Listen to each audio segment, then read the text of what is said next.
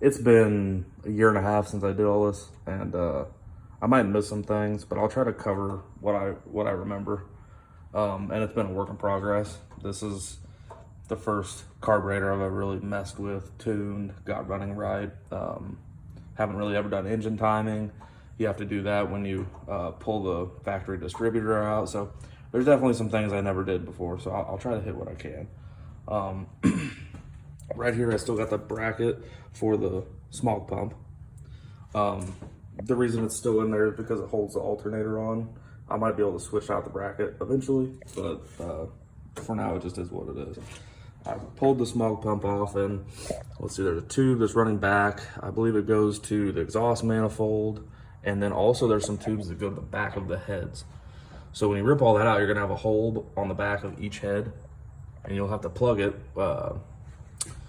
I don't remember the thread on the bolt, the thread pitch, but maybe I can put that in the description. But you have to plug those holes, or you'll have a serious leak.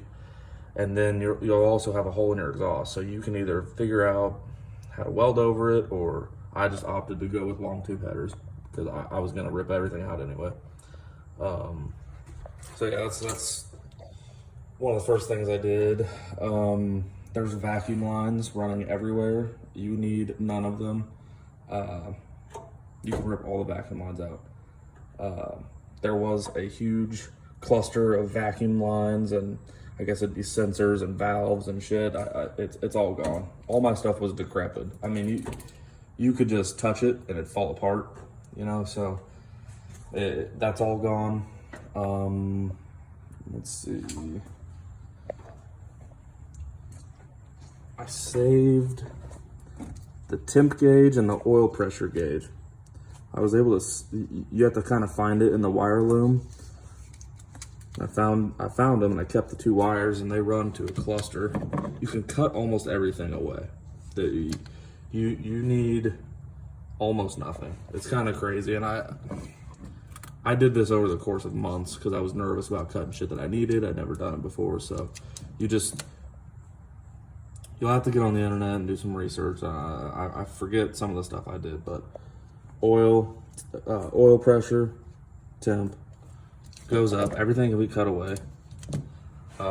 There's a huge wire loom that runs inside the cab to a big computer box. You can get rid of that. It runs over, I think, to the glove box on the inside. You can get rid of that as well. Yeah, most of the shit can come out. At the end of the day, it's a 302 underneath. I mean, it doesn't need a whole lot. Once I got all that ripped out, one of the things I was struggling with that I didn't understand is the carburetor needs like 4 to 6 PSI of fuel pressure. And I think it's like 60 or 70 when it's fuel injected. So on the fuel, or on the frame rail, out of the tank, there's a big, I think it's a Bosch fuel pump, and it's like a 60 PSI fuel pump. You can ditch that because in each tank, and my truck, it has 2 fuel tanks. Each tank has its own 15 PSI pump. So you just need to find the hot wire off those pumps and run them up either to a switch. Mine goes to a switch, or maybe you can link it in with the ignition somehow where it kicks on. So that's your fuel. You already have fuel pumps as long as they're working. You got fuel pumps in your tank. And then what I opted to do was basically run a line all the way from the fuel tanks. I bypassed all the other shit, ran it up to a fuel filter, and then to a pressure regulator with a gauge on it. Because you have, even though it's 15 PSI is not that much, you still have to cut it back for the carburetor, or else you'll screw it up. So I cut mine back to like 5 PSI, and then that's all you need for the fuel. Like I said, I opted to put mine on a switch because it just seemed simpler. And then I got an HEI distributor. I think it was off of eBay for $100.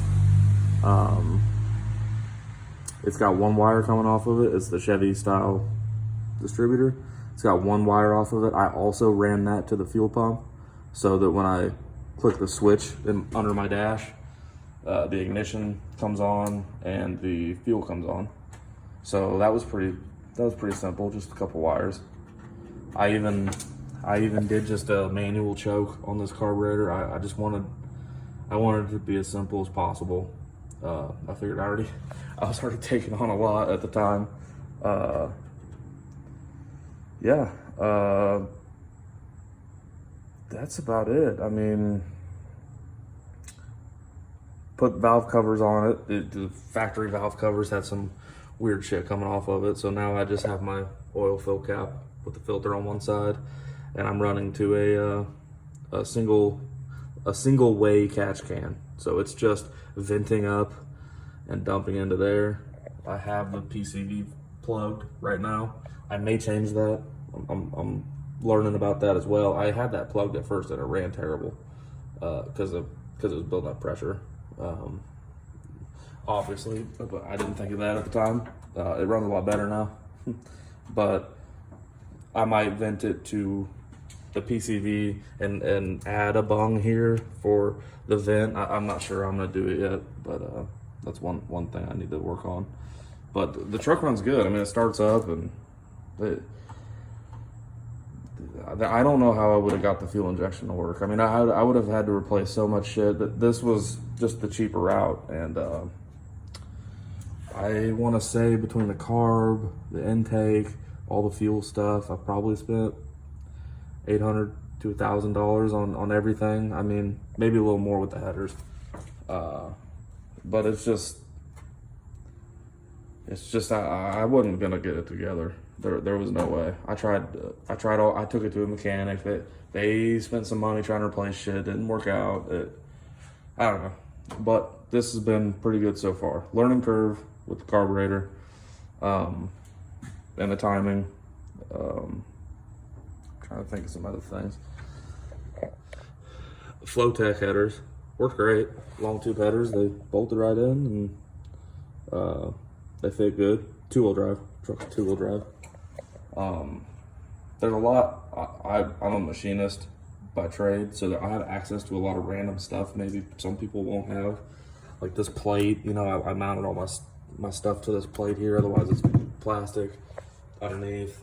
There's other ways to do it. I'm sure there's some stuff that I did that maybe wasn't, you know, fully professional, but I've been driving this truck steady for 6 months now, and it just starts up every day and it runs great. I took the carburetor out of the box. I did almost no tuning, and it fires right up. I timed it to what the book said in the manual. I'm sure it can be better, and like I said, I'm learning. But man, it starts up, goes down the road 65, runs great. Doesn't burn a bunch of oil, nothing crazy going on. It's pretty sweet old truck. Trying to think. I managed to keep my heat, my blower. In Missouri, it gets cold, and it's nice to have heat, so kept my heat. Power steering, hydraulic clutch. This is a manual. Power brakes. You don't necessarily need to go with the braided fuel line and all that stuff. I had rubber hose for a while. I had a lot of rubber fittings between the filter, the regulator, the pressure gauge, you know, up to this fuel rail. It just kind of made me nervous because when I first put it all together, it leaked. I had to take it apart. Everybody said not to use Teflon tape on it, but Teflon tape was the only thing that kept it from leaking. And I don't know if that's because what I bought wasn't the best quality, you know, I don't know, but I ran it for probably 4 months, handful of months, and it was okay, but I really wanted to do something a little more neat. So I did get braided line, and these are AN6 fittings with the 3/8 fuel line. Just wanted to make it a little nicer, so it runs all the way back to the fuel rail, and eventually it goes to a barbed. It converts over to a barbed fitting for 3/8 rubber fuel line. But up here, I don't have to worry about leaking. So that's probably the last thing that I've done. I was finishing that up today. I've been told this, again, this is all new to me. you need a 100 micron filter, and I believe it's a 40 micron filter. So if I remember right, that's 40 microns, that's 100 microns. So that's the only filters I have on the fuel system, unless there's some sort of filter in the tank, which I'm not sure because I haven't even had to mess with that yet. All I did was splice into the hot wire on the fuel line, or on the fuel tank, and run it up with the ignition. So that's it for that. I did opt to get the dual fuel rail that feeds from both sides rather than the one, because I did have just the one, and it cuts out when you make left turns. So when you take a hard left turn, it kind of spits and sputters a little bit if you're going at a little bit of speed. This helps to alleviate that. So when I redid the fuel system, I got that dual fuel rail. Again, manual choke, nothing crazy, no electronics that are unnecessary really. Also, another thing about this truck that might help some of you guys, it's got a T5 out of a Mustang, world-class T5 transmission. You can see where the old 4-speed used to come out, and that's the new location. It's got bucket seats because it was going to bump into the bench, but for all the people that say you can't put a T5 in one of these things, there she is. Let's see. There she is.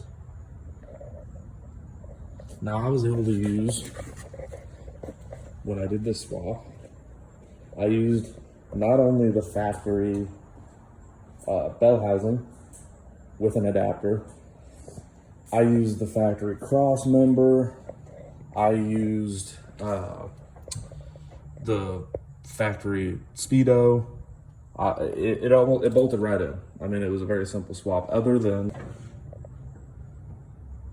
cutting the floor and finding where the new shifter was going to go and having to change around the seats, which you might be able to get away with a different shifter. It was bolted in. I didn't change the drive shaft. I didn't change the third member. Everything fit. It was far easier than I thought it was going to be. World-class T5, that's kind of important. It's the stronger of the T5s as far as I've been told. People told me there's no way it's going to fit in that truck. It's either not going to bolt up. Even if you get it to bolt up, it's not going to stand up to the weight of the truck. Not that power is really a concern, because this is still stock bottom end. There's nothing done to this as far as that goes. It's just a week old 5.0, but with the headers and everything tuned up a little bit, it probably runs better than it did. And I was concerned about the transmission being too weak, but I drive this thing, I drive it pretty hard, and I haven't had any issues with it. People told me that there was no way it was gonna work. I'm gonna be blowing out gears, whatever.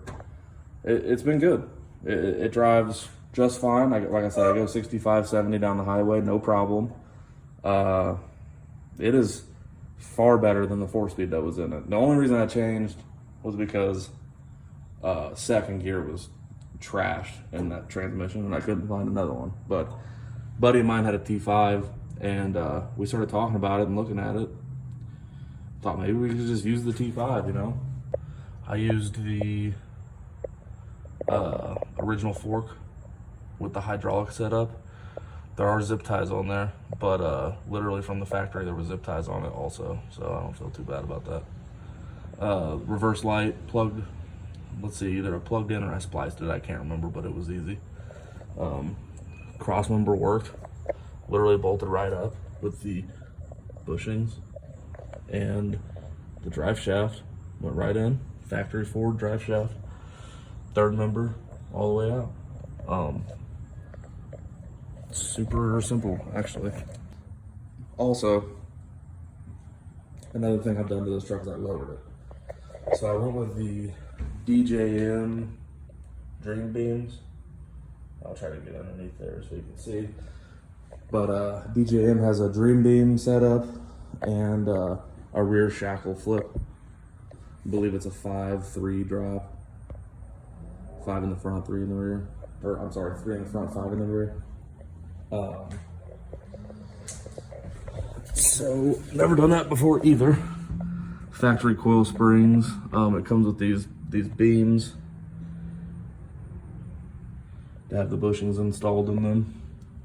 And I went ahead and did ball joints and tie rod ends and all that bullshit whenever it was all out. But helped the ride a lot because before it was kind of sketchy driving. Ball joints were pretty trashed. Springs seemed fine. Shocks were worn out. Yeah, so that helped a lot. And I figured if I was gonna have to drop the suspension anyway to do all that work, I was like, may as well put a lowering kit on it if, you know, if I could find one that's not too expensive. I think it was like DJM's kit was like $600 at the time. So put some slapper bars on there because I thought they were cool, but axle flip, new shocks. That's all I did in the rear. But I did do radius arm bushings. Cleaned up my radius arms, they were all rusty. I cleaned up my radius arms, sandblasted them, painted them, they look pretty good now. So, sits pretty good. Can't complain. Back's a little lower for some reason. I don't know why that ended up happening. So, I hope this helps somebody. I didn't know what the hell I was doing when I started this. So, if I could do anything, answer any questions, I'll try to send part numbers if anybody's interested in what I used and what I did. Maybe what not to do, because I've tried multiple things that definitely didn't work. And I'm not saying everything I did is the right way to do it either. I'm sure there's plenty of things that I will find out later that I need to change, or maybe it's not the most efficient way to do things, but it's been work in progress and been learning, and it's been fun. So I'm gonna keep on working on it. I have no intentions of getting rid of this thing anytime soon.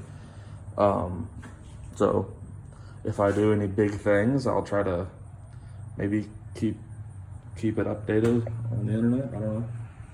But anyways, thank you. Hopefully it helps.